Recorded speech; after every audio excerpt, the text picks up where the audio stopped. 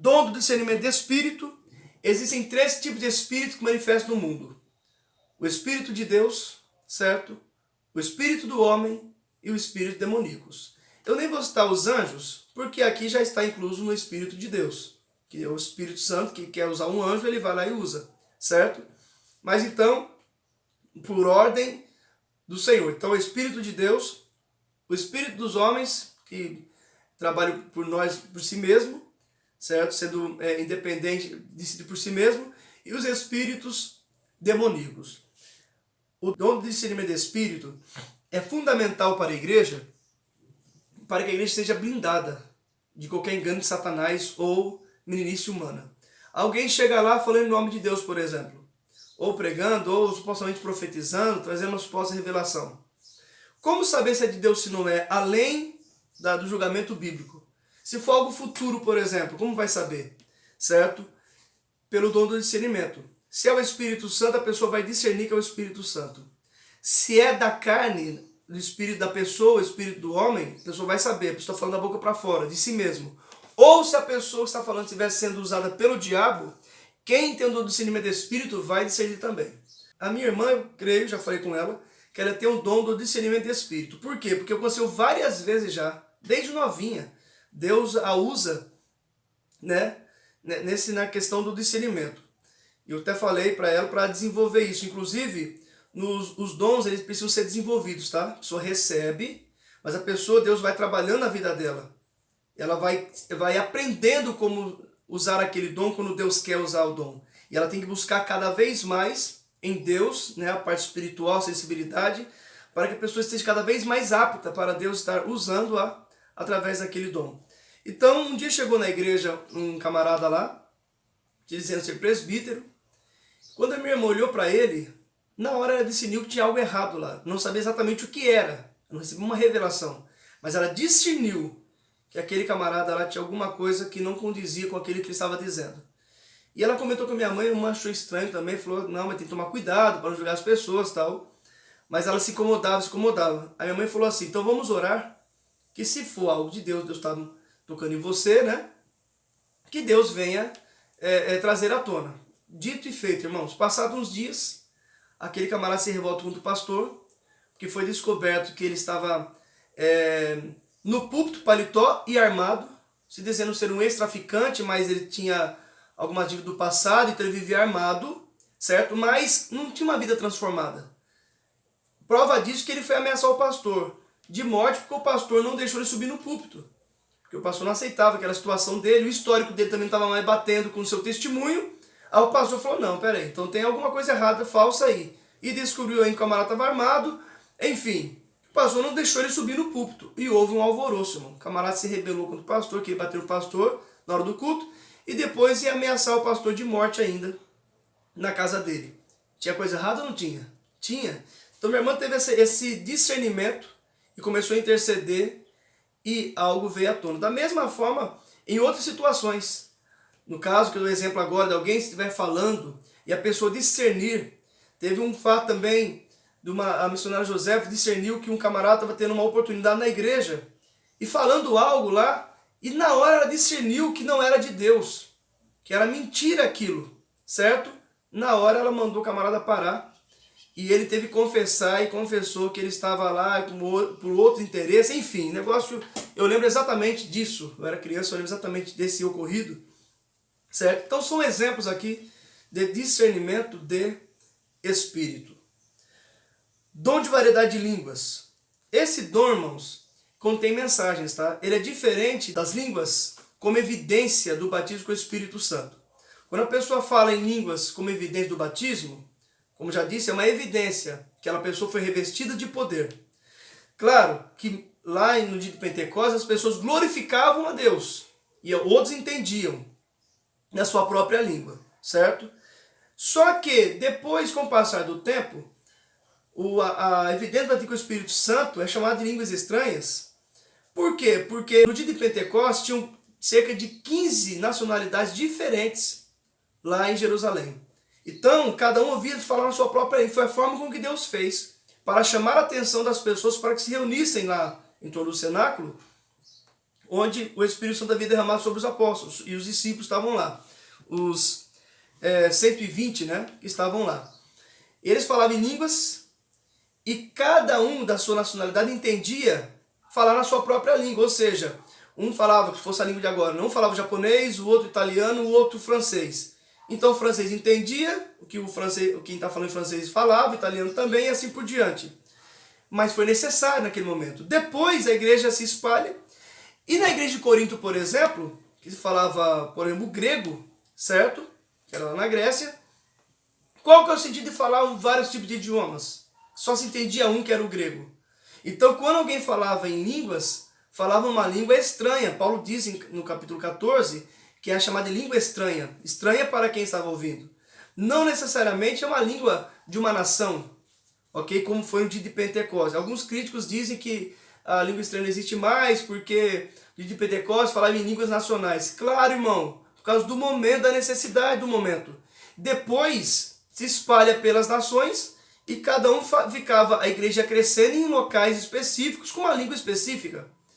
Mas a evidência do batismo com o Espírito Santo continuava se manifestando. Porque a Bíblia diz que os apóstolos oravam, pregavam a palavra, e quando impunham as mãos, as pessoas falavam em outras línguas, recebiam o Espírito Santo. E como elas sabiam que aquelas pessoas haviam sido revestidas de poder? Porque ouvia-se falar em outras línguas, ou seja, em línguas que eles não entendiam, certo? O variedade de línguas é um dom que tem mensagem. Várias línguas, né? Variedade de línguas Deus vai usando aquela pessoa para transmitir mensagem. Por isso que precisa do dom da interpretação das línguas. Porque a variedade de línguas sem interpretação, ela é como a evidência. Não tem uma mensagem para a igreja. Porque a pessoa, quando fala em línguas, ela edifica a si mesmo. E a Bíblia diz que ela mesma entende. Não é com entendimento, mas sim o seu espírito é edificado. Porque fala com Deus em mistérios. Certo? Em mistérios. Agora, para a igreja ser edificada, precisa ter interpretação. Se for só evidência, entende que nós glorificamos a Deus em línguas. Não tem uma mensagem lá, tem uma glorificação a Deus. Agora, se a pessoa tem dom de variedades, irmãos, quem foi batizado com o Espírito Santo e fala em línguas, não necessariamente tem um dom de variedades. Está tratado à parte, certo? A pessoa pode receber esse dom depois. A evidência é que a pessoa foi revestida de poder e ela glorifica a Deus em línguas estranhas. Maravilha. Agora, a variedade de línguas contém mensagens nela. Se tiver interpretação, ela tem peso de profecia. Ok? Porque é uma mensagem que Deus está transmitindo. Por isso, quem tem o dom de variedade deve pedir a Deus a interpretação. Ok? Ou Deus usa em variedade de línguas e dá o dom de interpretação das línguas para outro. E o outro vai lá e interpreta, porque aquela pessoa estará falando de línguas estranhas. E aí transmite a mensagem para a igreja e toda a igreja é edificada. Paulo diz assim, no capítulo 14, e se não houver interpretação? Que se cale e fale consigo mesmo. Eu vou ler aqui, que é interessante, porque os tradicionais acusam os pentecostais de quebrar isso aqui, de não obedecer isso aqui. Alguns é verdade. Tem igreja aí que é uma mistura de línguas estranhas, ninguém entende nada, certo? Ninguém interpreta nada e um quer falar mais alto que o outro. Só que aqui, quando está a manifestação do Espírito Santo, que a pessoa começa a falar línguas estranhas, pode ser até alto, todo mundo falando unânime. Mas quando Deus toma ele vai sobressair sobre a igreja. Se for uma igreja muito grande, ele vai até, por exemplo, o microfone, pede para transmitir a mensagem de Deus. Ou se for uma igreja menor, que a pessoa consiga aumentar o tom de voz e chamar a atenção para si, que ela tem uma mensagem, quando isso acontece, olha o que Paulo diz. E se alguém falar língua estranha, faça-se isso por 2 ou quando muito por 3. E por sua vez haja intérprete. Mas se não houver intérprete, esteja calado na igreja.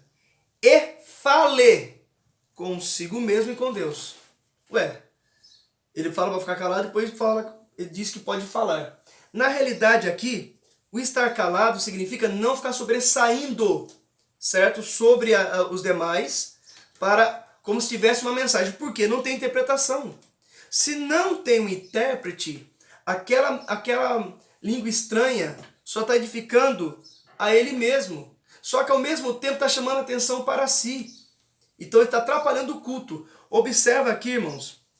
Paulo diz, é um por vez, ou seja, está falando em línguas estranhas, no caso aqui no sentido de variedade de línguas, um por vez, porque fala e interpreta, ou alguém interpreta, todos são edificados, tem peso de profecia. Se não houver intérprete, nem a pessoa que está falando está interpretando, e não houver ninguém que interprete, as pessoas têm que fazer o quê? Baixar o tom, certo? Se calar diante deles, ou seja, não chamar mais atenção para si e falar consigo mesmo e com Deus. Então você pode falar em línguas estranhas. O apóstolo Paulo aqui, ó, no verso 39, portanto, irmãos, procurai com zelo profetizar e não proibais falar línguas. Não é para proibir. Inclusive o apóstolo Paulo disse que ele falava mais línguas que os demais. Ó. Verso 14, porque se eu orar em língua estranha, o meu espírito ora bem, mas o meu entendimento fica sem fruto. Que farei, pois? Orarei com espírito, mas também orarei com entendimento. Cantarei com espírito, mas também cantarei com entendimento. No verso 18, dou graças ao meu Deus porque falo mais língua do que vós todos. Ou seja, mais tempo. Ele fala constantemente, porque ele orava bastante, então falava constantemente em línguas estranhas. Mas não estava tendo interpretação, então, porque estava orando em espírito, certo? E ele fala, com relação à igreja agora, todavia eu antes quero falar na igreja 5 palavras da minha própria inteligência, para que possa também instruir os outros do que 10.000 palavras em língua desconhecida. No sentido aqui de pregação, de transmitir para a igreja. Observa que tem vários detalhes com relação à ordem, o padrão de falar em línguas estranhas na igreja, que em nenhum momento é proibido falar em línguas. Mas se a pessoa estiver falando, sobressaindo aqui, ó, certo? Todo mundo está ouvindo ela falar, que tem intérprete. Se não, fale consigo mesmo com Deus. Então cada um estiver falando em línguas estranhas para si mesmo, mesmo se a pessoa está lá, né, alegre, chorando e começa a falar em línguas estranhas, por mais que a igreja possa ouvir, mas a pessoa não está demonstrando ter uma profecia, lá, uma mensagem de Deus.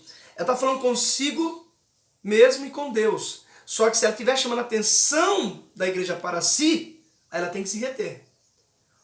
Detalhe, no verso 32, diz assim, verso 31 para entender. Porque todos podereis profetizar, que entra tudo a profecia, uns depois dos outros, para que todos aprendam e todos sejam consolados.